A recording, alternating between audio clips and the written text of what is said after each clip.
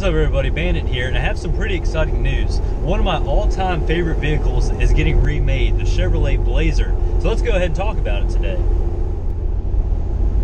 Now before we start talking about the all-new Blazer from Chevrolet, let's take a look at the history of the Blazer. So in 1969, Chevrolet came out with the K5 Blazer, and this really took the off-road and adventure lifestyle community by storm.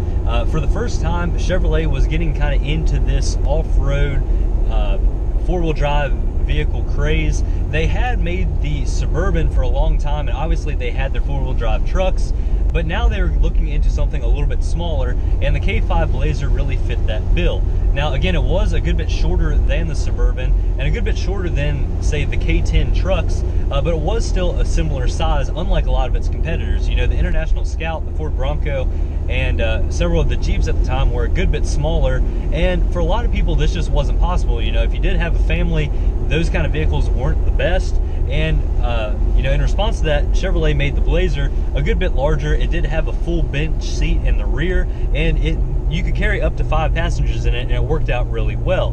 Now this first generation Blazer only lasted for a few years, and then in 1973 it did receive a revision.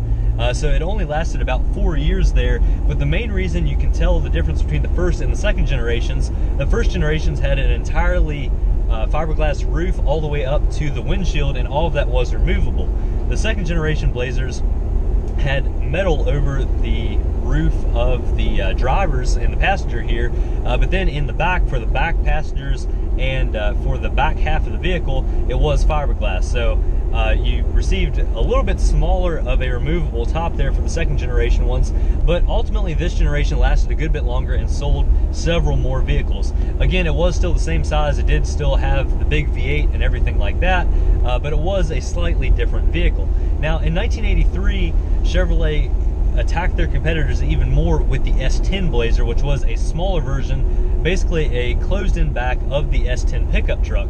So then they had basically a full-size Blazer and a, you know, whether you consider that a quarter-ton truck or a mid-size Blazer. But ultimately, with both of these Blazers now out, they were really looking pretty good with all the competition. You know, they had that big one for people with larger families, but if you were, you know, a single guy, you wanted a more nimble vehicle, the S10 Blazer was just that.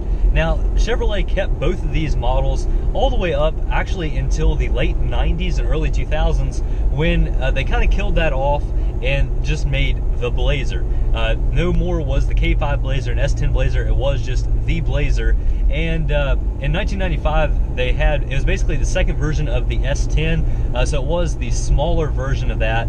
And you know, again, that sold really, really well. It was sold in both a 2-door and a 4-door version, and several of my family members had them. My mom actually had one, and that was the vehicle that I grew up in. It is near and dear to my heart. We went everywhere in that thing, and it was a great vehicle. Then in the mid-2000s, that vehicle was replaced by the Trailblazer, which again was, it was now the Colorado, but it was basically a closed back end of Chevrolet's mid-size truck. And that lasted all the way up into 2009. Now, for the rest of the world, you know, Asia, several parts of South America, they still actually get the Trailblazer, which again is very, very similar to our Colorado, except it does have a closed-in back. It does not have leaf springs there in the rear. It does still have a body-on-frame design and a solid rear axle, but it is coil sprung, which is very similar to, say, our 4Runner, and how that's kind of a closed back into the Tacoma. But as I said, there is an all-new Blazer now, and it's coming next year for 2019. Now, if you're a true hardcore Blazer enthusiast like I am and a lot of my friends are, we're kind of left scratching our heads here. So again, it is coming, and that is great news. You know, they are reviving an old nameplate that has a lot of heritage behind it, but it's not exactly like what I was expecting. Now, obviously, as the different Blazer generations moved on, there were changes. You know, we had, as I said, eventually a smaller mid-size Blazer, and then a larger full-size Blazer, and you know, the removable roof came and went, the V8 came and went. There were changes throughout all the generations, like I said, and this is another generation. However, it's not exactly true to the Blazer roots like we were just talking about.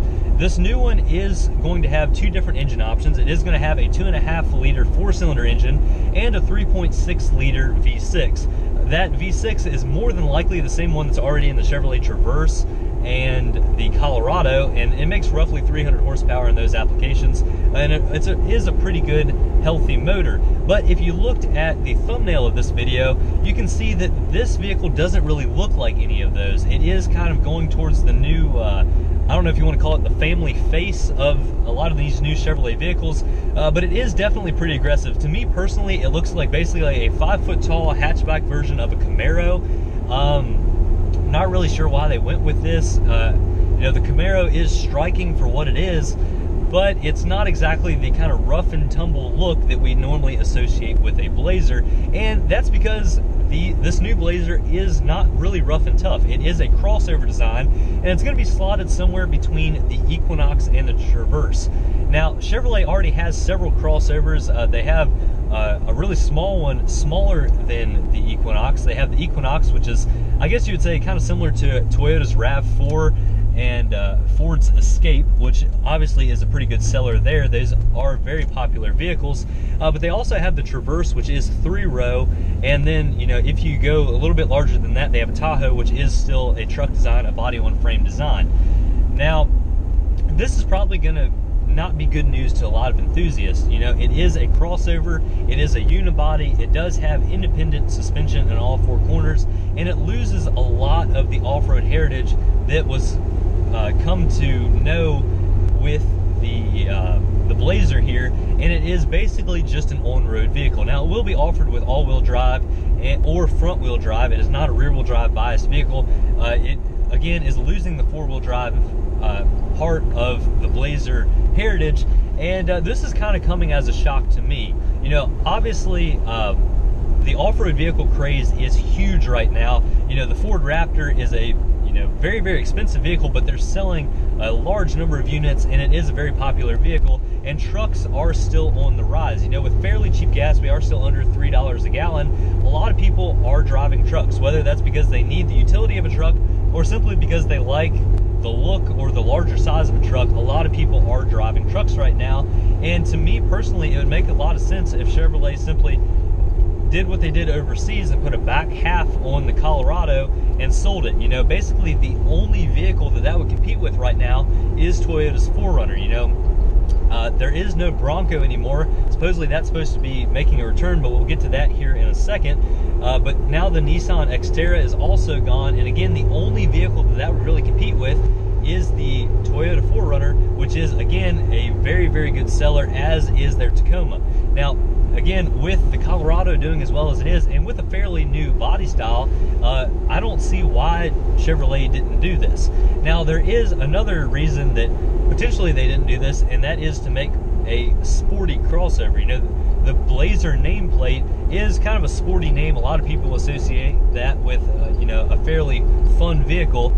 But they didn't really go that route either. You know, like I said, it does look like a Camaro, both from the inside and the outside of the vehicle. It does have very aggressive styling, but it's not, doesn't sound like it's going to be a very, you know, sporty driving experience.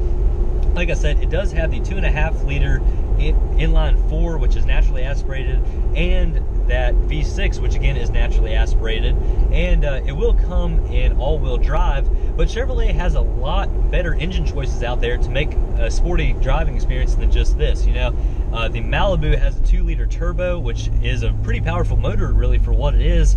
The Camaro now is also offered in a 4-cylinder turbo, and it seems to me like if you were looking for a sporty driving experience, that's the route you would go. Now, obviously, the Camaro is still available in a V6 and V8. And honestly, those would make fine engine options as well. But it seems like if they were going to go for this aggressive and sporty styling, you'd follow that up with an aggressive and sporty driving experience. But they kind of went somewhere down the middle. You know, it looks fairly aggressive, and they're using a off-road heritage nameplate, But aside from the sporty and aggressive styling, it's just going to be another boring crossover. You know, there's not really any standout features to this, and they are going to offer it in 3 different trim levels: the Blazer, which is just the base model; the Premier, which is you know, a fairly luxurious model. It'd be similar to, say, an LTZ of years past; and the RS model. But the RS model doesn't really get any kind of power boost or anything like that. It is basically the same exact vehicle with some black and red accents, which, you know, the Midnight Edition vehicles are selling very well, I'm sure. But if you're going to bring back the RS name, you would think it would have a little bit of get up and go to match that name. So unfortunately, it looks like a lot of these SUVs that we grew up with and, you know, we knew the heritage about are starting to change. You know, the first one that we saw really change was the Jeep Cherokee. Now that is a unibody crossover as well. Back for the XJ version, you know, the square Cherokees, the Cherokee Sports, they were unibody, but they still offered solid front and rear axles, and they were very, very good off-road, and that generation lasted for a long time. We saw the Ford Bronco come and go several times, and there is talk that a new Ford Bronco is in the works, but we still haven't seen a whole lot of that. You know, will they go basically as a 4Runner competitor? Will they try to compete with, say, the Jeep Wrangler and go back all the way to the roots with a removable top, solid axles, and everything like that? All of that really remains to be seen, but I'm not really getting my hopes up. You know, crossovers are really selling, and I guess manufacturers are banking that if they bring back a really historic name and match that with a crossover, it will sell units, and I can't really blame them for that there. But I was really, really hoping that the off-road craze would hit the SUV market as well. Like I said, there are several different truck trim levels that are pretty good off-roaders. You have Chevrolet's Z71, you have Ford's FX4 and the Raptor package, you have Toyota's TRD Off-Road and TRD Pro models, and the list goes on and on. You know, Nissan's Pro 4X is another good example. But all of these are applicable to the trucks, but unfortunately all the SUVs are starting to go away. You know, aside from, say, the Jeeps and the Rubicon packages on all of those, and Toyota's TRD Off-Road TRD Pro 4Runner, there really aren't a whole lot of off-road SUVs. You know, again, you have your pick when you look at trucks, but the SUVs are all starting to go away. And even, you know, I'm driving a Toyota Land Cruiser right now. This is an FJ80, and when this was around, it was still a body-on-frame, solid axle design, and these things conquered the world. You know, this along with the Land Rover Defender were great off-road vehicles. Well, now even the Toyota Land Cruiser is becoming more of a luxury vehicle, you know, with this $80,000 price tag and with independent suspension. So I don't really know why they're doing all this when you could just make a new name and sell units that way. I personally would prefer, and I think a lot of big enthusiasts would prefer, them to just, if the vehicle's going to die, kill the name off with it. You know, don't bring the name back just to sell it with a softer and softer vehicle that doesn't even really have the heritage that that vehicle started with.